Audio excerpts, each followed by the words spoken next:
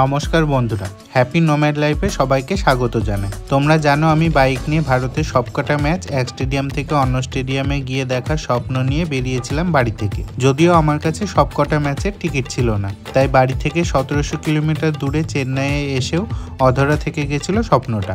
ঢুকতে পারিনি স্টেডিয়ামে, তবে এর পরের ম্যাচের টিকিট অনলাইনে ব্ল্যাকে কেটেছিলাম। টিকিট ব্ল্যাক কিরকম হচ্ছিল সেটা তো আগের ভিডিওতে বলেইছি।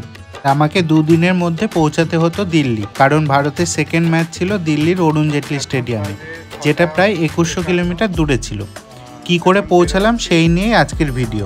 চিপক স্টেডিয়াম থেকে দিল্লির Arun Jaitley stadium 2126 kilometre. Google map দেখাচ্ছে একদিন 15 ঘন্টা টাইম লাগবে বাইকে যেতে। তো সেদিন দিল্লি যাওয়ার উদ্দেশ্যে রেডি হয়ে হোটেল রুম থেকে বেরোয় 8 তারিখ সন্ধ্যাবেলা, যেদিন ইন্ডিয়া ভার্সেস অস্ট্রেলিয়ার ম্যাচ হচ্ছিল সেদিন। কারণ ওই যে বললাম দিল্লি বহু দূরে, তাই সেদিনই বেরিয়ে গিয়েছিলাম। বেরিয়ে প্রথমে একটা বাঙালি হোটেল থেকে খাবার খাই, কারণ সারাদিন টিকিট খোঁজার চক্করে খাওয়া হয়েছিল না। এখানে বাঙালি হোটেল আছে, 2-3টা বাঙালি হোটেল আছে। নাম দেখতে পাচ্ছ মা কল্যাণী হোটেল। এখানে ভেজ নন ভেজ সব ধরনেরই খাবার পাওয়া যায়। তো নিয়েছি একটা ভেজ থালি, তার সঙ্গে চিকেন নিয়েছি। ভেজ থালির প্রাইস 70 টাকা, আর চিকেনের প্রাইস হচ্ছে কত, 80 টাকা। এখানকার স্টাফ যারা আছে তারাও সবাই বাংলা জানে, বাংলা বোঝে, বাংলায় কথা বলতে পারে। এবার খাওয়া যাক, খেয়ে নিয়ে তারপর রওনা দেবো।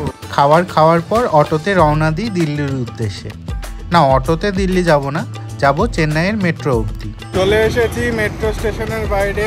এ দেখো গভর্নমেন্ট কি, এটা estate metro, government estate metro চলে এসেছি।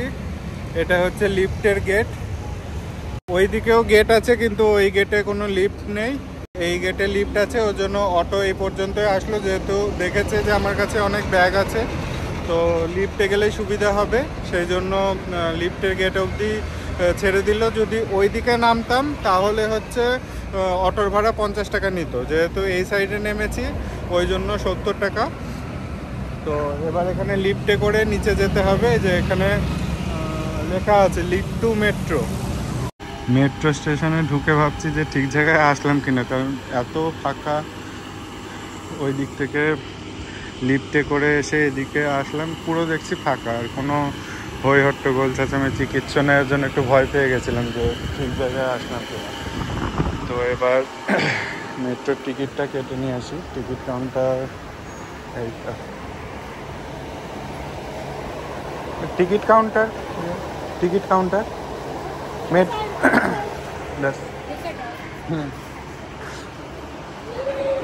Ticket counter that side.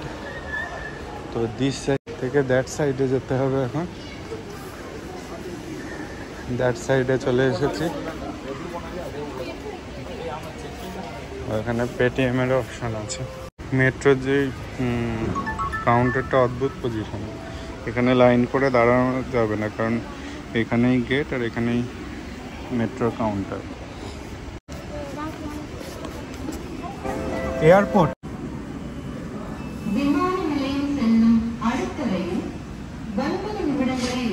Ticket কাটা হয়ে গেছে। মেট্রো টিকিটের প্রাইস 40 টাকা।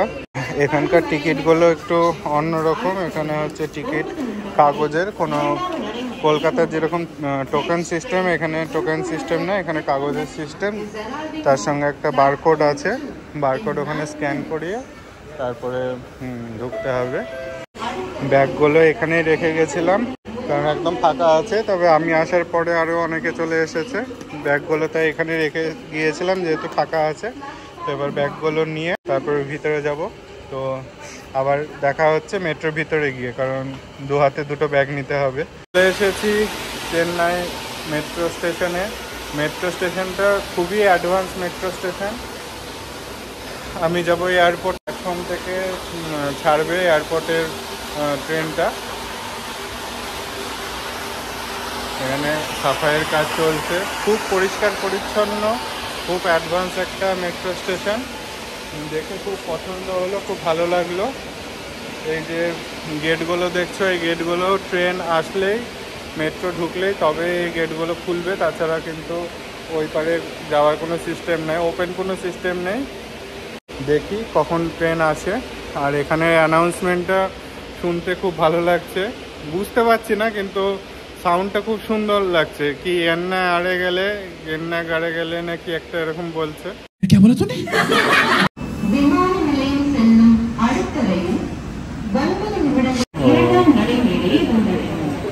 তো সাউন্ডটা খুব সুন্দর লাগছে। যাই হোক, চলে এসেছে মেট্রো, এবার এন্ট্রি নেওয়া হবে।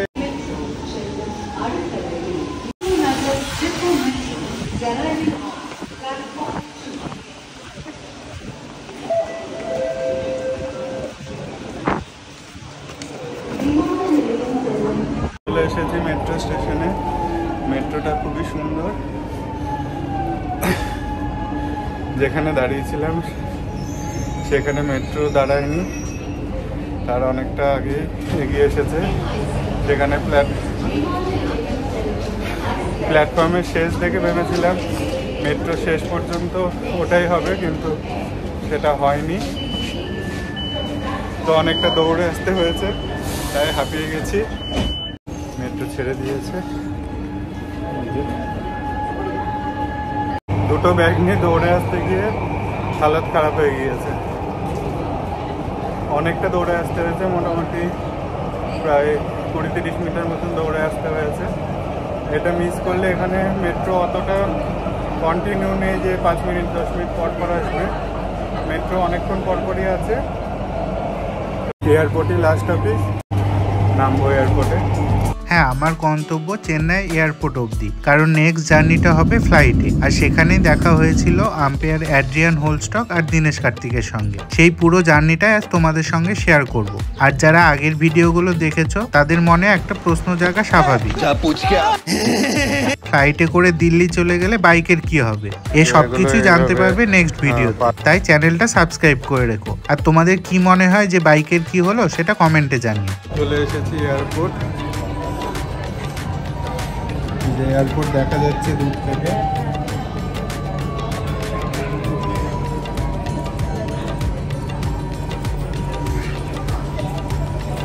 এয়ারপোর্ট চলে এসেছে, এবার নামতে হবে। এবার বলি মেট্রো থেকে বেরিয়ে কি দেখলাম। এখানে একটা খুব সুন্দর জিনিস, যে এখানে মার্ক করা আছে ওয়ে টু এয়ারপোর্ট।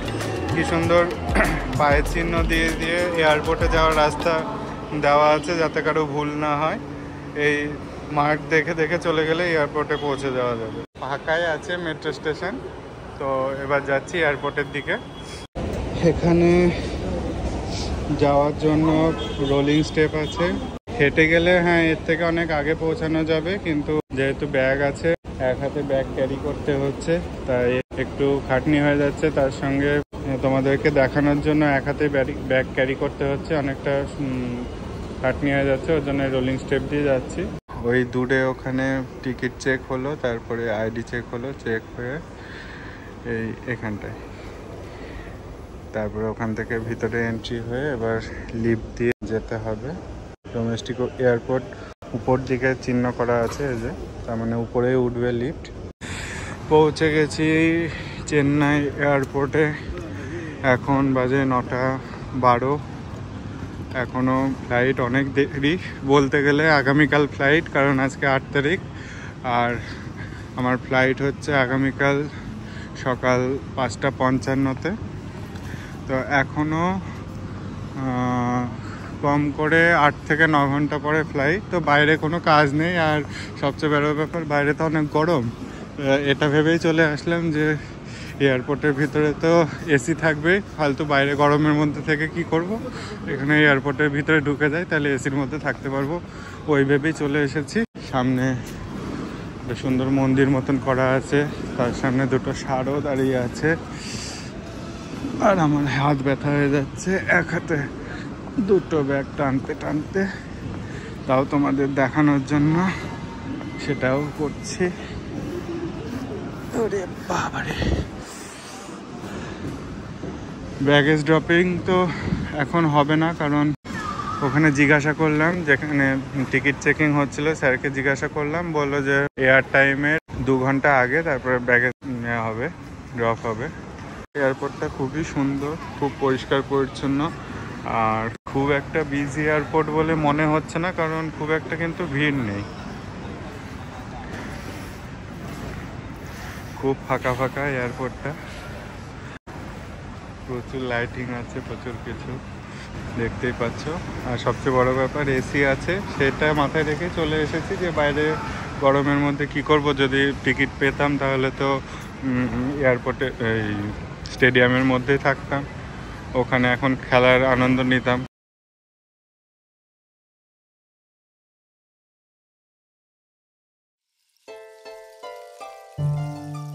না না, স্টাইল মারার জন্য ল্যাপটপ খুলিনি এয়ারপোর্টে গিয়ে।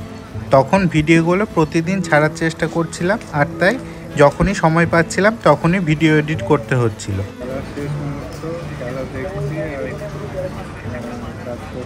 তোমরা তো জানোই তখন অন্য চ্যানেল ছিল, আর সেই চ্যানেলে সবার সাপোর্টও পাচ্ছিলাম, তাই চ্যানেলটা 10K সাবস্ক্রাইবার হয়ে গেছিল। কিন্তু কপিরাইট খেয়ে টার্মিনেট হয়ে যায় চ্যানেলটা। তাই এতদিন পর আবার জার্নিটা শেয়ার করছি তোমাদের সঙ্গে। আশা রাখবো এবারও তোমাদের সাপোর্ট পাবো। তাই লাইক, কমেন্ট, শেয়ার আর সাবস্ক্রাইব করো, আর দেখতে থাকো পুরো জার্নিটা। ইন্ডিয়া জিত চুকা হ্যায়। ভারত ম্যাচ জিতেছে, সেটাও কত আস্তে আস্তে বলতে হচ্ছে, কারণ বুঝতেই পারছো এয়ারপোর্ট কতটা শান্তশিষ্ট ছিল। তাই আস্তে আস্তে কথা বলছিলাম, আর তাতেও মনে হচ্ছিল জোরে বলে ফেলছি হয়তো। যাই হোক, এই করেই কেটে যায় 2.5-3 ঘন্টা। তারপর শুরু হয় web checking. Web check in শুরু হয়ে গেছে, এখন বাজে 12টা, 12:30। 48 নম্বর আমরাতে যাওয়া হচ্ছে।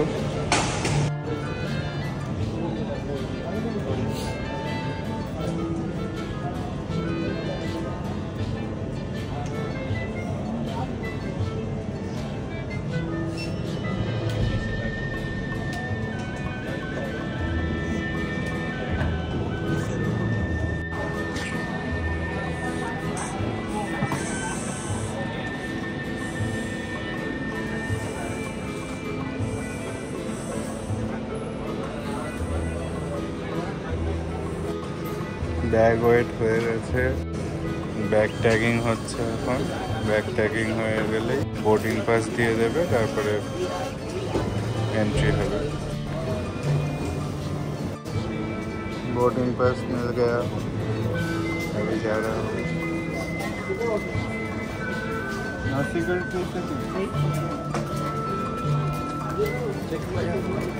Web check in complete. Web check in হওয়ায় সবচেয়ে ভালো যেটা হয়েছিল, সেটা আমার হাতের থেকে 27 কেজি ওজন কমেছিল, কারণ আমার সব কিছু লাগেজ ব্যাগে ঢুকিয়ে দিয়েছিলাম, যেটা ওয়েব চেক ইনে জমা দেওয়া হয়ে গেছিল। শুধু সঙ্গে ছিল একটা পিট ব্যাগ, যাতে কিছু ইলেকট্রনিক্স গ্যাজেট ছিল, আর ছিল হেলমেট। হ্যাঁ, ফ্লাইট কেবিনে হেলমেট নিয়ে যাওয়া যায়, তবে সেটা নিতে হবে একটা ব্যাগে, খোলা নিলে কিন্তু অ্যালাউ করবে না। সিকিউরিটি চেকিং পারপাসের জন্য সব আলাদা আলাদা ট্রেতে রাখা হয়েছে, চার্জার, ল্যাপটপ, মোবাইল, যা যা কিছু আছে, হেলমেট, সব কিছু ট্রেতে রাখা হয়েছে। এবার যাবে সিকিউরিটি চেকিংয়ের জন্য, তারপরে ওই ভিতর থেকে কালেক্ট করতে হবে। यहाँ से सारा सामान ले लिया, मोबाइल, कैमरा कुछ भी मेरे पास नहीं था, इसलिए वीडियो नहीं कर पाया। तो চেক ইন হয়ে গেয়া। ও সরি, এটা তো বাংলা চ্যানেল, আগের হিন্দি চ্যানেলের জন্য করা ভিডিও দিয়ে ফেলেছি। আর শুনতেই পাচ্ছ আমার হিন্দির ছিরি, তাও আগের চ্যানেলটা সবাই অনেক ভালোবাসা দিয়েছে। এই চ্যানেলের ভিডিও কি তোমাদের ভালো লাগছে না? যদি ভালো লেগে থাকে তাহলে সাবস্ক্রাইব করে দাও। ব্যাপার হচ্ছে এখানে একটা কনফিউশন হচ্ছে, যেখানে গেট নাম্বার 13 দেওয়া আছে, ভালো কথা, জোন 3 সিট নাম্বার 6-এ 5:50 ছাড়বে ট্রেন বলছি, সরি, ফ্লাইট। কিন্তু এখানে দেখাচ্ছে 1 থেকে 4 গেট উপরে, 5 থেকে 7, 14 থেকে 16 গেট এদিকে, 11 থেকে 13 গেট নিচে। আমরা তো যাবো ফ্লাইটে, ফ্লাইট মানে হচ্ছে উপরে উঠবে, কেন আমরা নিচে নামবো? তো যাই, জাস্ট এটা জোক করার জন্য বললাম।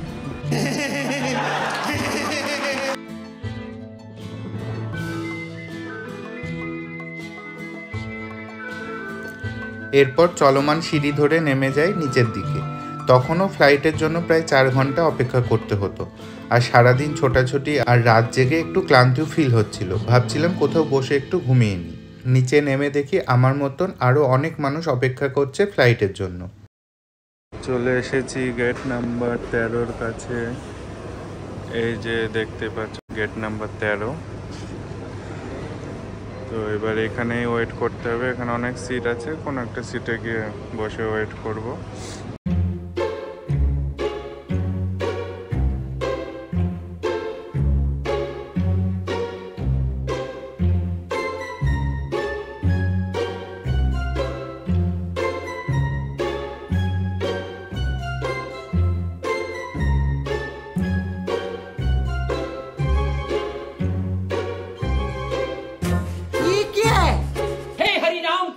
जगन्नाथ प्रेमानंद ये क्या हुआ?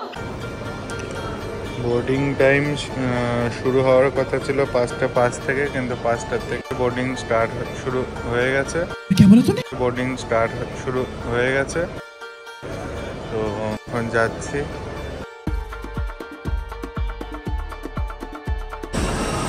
চলে এসেছি এয়ারপোর্টের ভিতরে। প্লেন দাঁড়িয়ে আছে, বাসও আসছে, বাসে করে নিয়ে যাবে বোর্ডিং প্লেন অবধি।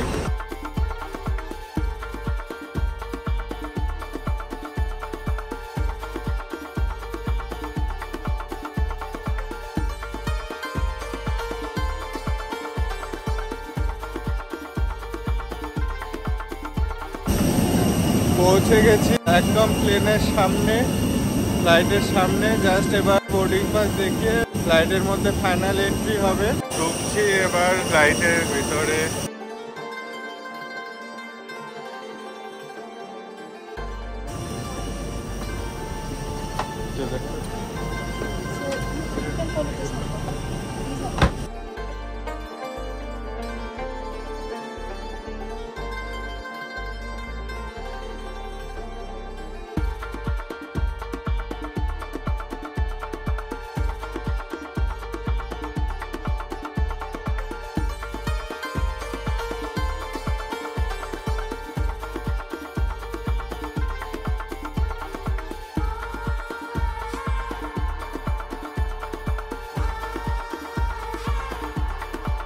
প্লেনের মধ্যে উঠে পড়েছি। জিনিসের থেকে আছে আমাদের ফ্লাইটে।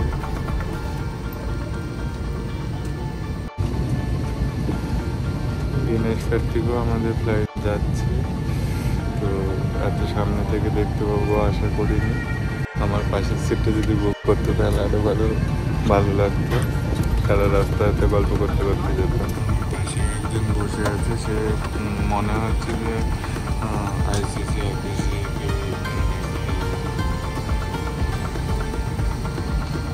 বুঝতে পারি আমার পাশে যিনি বসে আছেন উনি হয়তো আইসিসির আম্পায়ার। তাই মোবাইলে সার্চ করতে থাকি যে ইনি কে হতে পারে, আর ছবির সঙ্গে মেলাতে থাকি। এরপর ফ্লাইট ছাড়ার জন্য রেডি হতে থাকে, আর এয়ার হোস্টেস কিছু ইনস্ট্রাকশন দেয় সবার উদ্দেশ্যে। এরপর ফ্লাইট এসে পৌঁছায় রানওয়েতে আর উড়ে যায় আকাশে।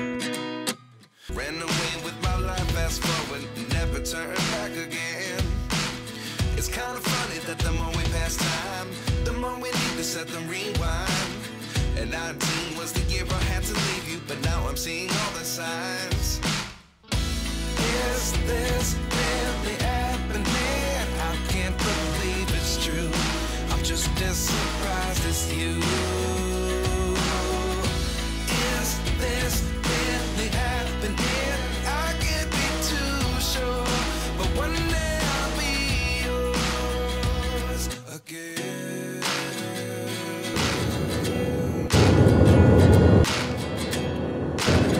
ফ্লাইট আকাশে ওড়ার পর চলে আসে খাবার দাবার, যাতে ছিল চিকেনের কিছু একটা, স্যালাড, সস আর কফি। দেখি এবার টেস্ট কেমন এটা। খাবারের টেস্ট ছিল নর্মাল, খুব ভালো লেগেছে সেটাও বলবো না, আবার খারাপ সেটাও না। ছবি দেখে সিলেক্ট করেছিলাম টিকিট কাটার সময়, ছবিতে এটাই দেখতে ভালো লেগেছিল তাই এটাই সিলেক্ট করেছিলাম। আর ফ্লাইটের টিকিট কেটে রেখেছিলাম প্রায় 2 মাস আগে, যখন ইন্ডিয়ার ম্যাচের শিডিউল দিয়েছিল তখন, তাই কমের মধ্যে পেয়েছিলাম। না হলে ফ্লাইটের টিকিট কাটার মতন ক্ষমতা হতো না। ফ্লাইটের যা আগুন দাম হয়ে গিয়েছিল শেষ পর্যন্ত, হাত, পকেট, স্বপ্ন সব পুড়ে যেত। আকাশপথে ভারতের সৌন্দর্য উপভোগ করতে করতে এগিয়ে যাচ্ছিলাম, আর শুধু মনে হচ্ছিল পাশের ওনার সঙ্গে কথা বলি। আবার হেজিটেশনও হচ্ছিল, উনি যদি কথা বলতে না চান। এই ভাবতে ভাবতে 3 ঘন্টার ফ্লাইট জার্নি কখন শেষ হয়ে যায় বুঝতেই পারি না। আর ফ্লাইট ল্যান্ড করে দিল্লির এয়ারপোর্টে।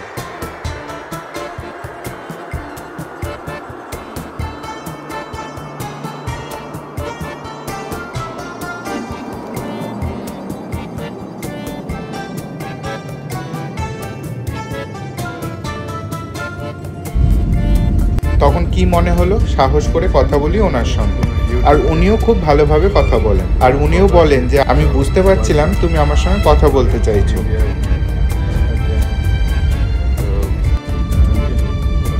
আমার ভাঙা ভাঙা ইংলিশে ওনাকে আমার জানের কথা বলি আর ছবি তুলি।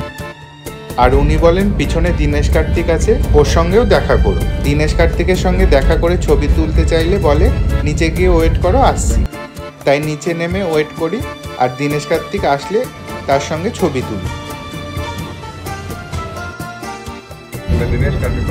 তারপর বাসে পাশাপাশি দাঁড়িয়ে রওনা দিই টার্মিনালের উদ্দেশ্যে। সে এক অদ্ভুত ফিলিংস, যাকে এতদিন টিভির পর্দায় দেখেছি তার সামনে দাঁড়িয়ে কেমন যেন একটা লাগছিল, তাই বারবার তার দিকেই তাকাচ্ছিলাম। দীনেশ কার্তিকের সঙ্গে একই বাস শেয়ার করলাম, একই বাসে একদম কাছাকাছি দাঁড়িয়েছিলাম, ফটো নিয়েছি। তো খুব ভালো লাগলো, একটা আলাদা রকম এক্সপিরিয়েন্স। যাকে এতদিন টিভিতে দেখে এসেছি তাকে একদম সামনাসামনি দেখার এক্সপিরিয়েন্সটা অনেকটাই ভালো ছিল। তো এবার ব্যাগেজ নিতে হবে, ব্যাগেজ নিয়ে তারপরে বেরিয়ে যাব বাইরে। বেল্ট নাম্বার 1-এ আমার লাগেজ আসছে, ফার্স্ট লাগেজ চলে এসেছে, সেকেন্ড শাটল ব্যাগেজটার জন্য ওয়েট করতে হবে। দিল্লি এয়ারপোর্টটা খুবই সুন্দর একটা এয়ারপোর্ট, খুব পরিষ্কার পরিচ্ছন্ন, গোছানো, সাজানো। আর স্বাভাবিক হবে সেটা, কারণ ইন্ডিয়ার রাজধানী বলে কথা।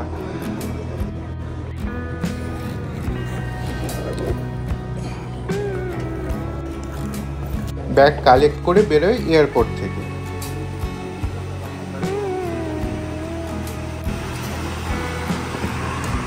তারপর 2-3টা মেট্রো চেঞ্জ করে করে চলে আসি ওল্ড দিল্লি স্টেশনের কাছে, যেগুলো ভিডিও করা হয়নি, কারণ দিল্লিতে এসে কেমন যেন একটা লাগছিল। মনে হচ্ছিল ব্যাগ রাখলে ব্যাগ চুরি হয়ে যাবে, আর মোবাইল বের করলে মোবাইল চুরি হয়ে যাবে। তাই মোবাইল বের করে কোনো কিছু ভিডিও করিনি। দিল্লিতে এসে হোটেলের জন্য অনেক খোঁজাখুঁজি করতে হয়েছিল, কারণ সব হাই বাজেটে ছিল। শেষমেশ অনেক খুঁজে একটা বাজেটের হোটেল পাই, আর সব ব্যাগপত্র রেখে তারপর বাইরে বেরিয়ে দিল্লির প্রচলিত ছোলে ভাটুরে খাই। দিল্লি পৌঁছে প্রথমে যেটা করলাম সেটা হচ্ছে দিল্লিতে ফেমাস ছোলে ভাটুরে। তো ছোলে ভাটুরে নিয়ে নিয়েছি 1 প্লেট, দাম 100 টাকা। দুটো, এগুলোকে আমরা বলি লুচি, এরা বলছে ভাটুরে। সেই সঙ্গে আজকের ভিডিওটা এখানেই শেষ করছি, দেখা হচ্ছে নেক্সট ভিডিওতে। ততক্ষণের জন্য সবাই ভালো থাকবে, টাটা।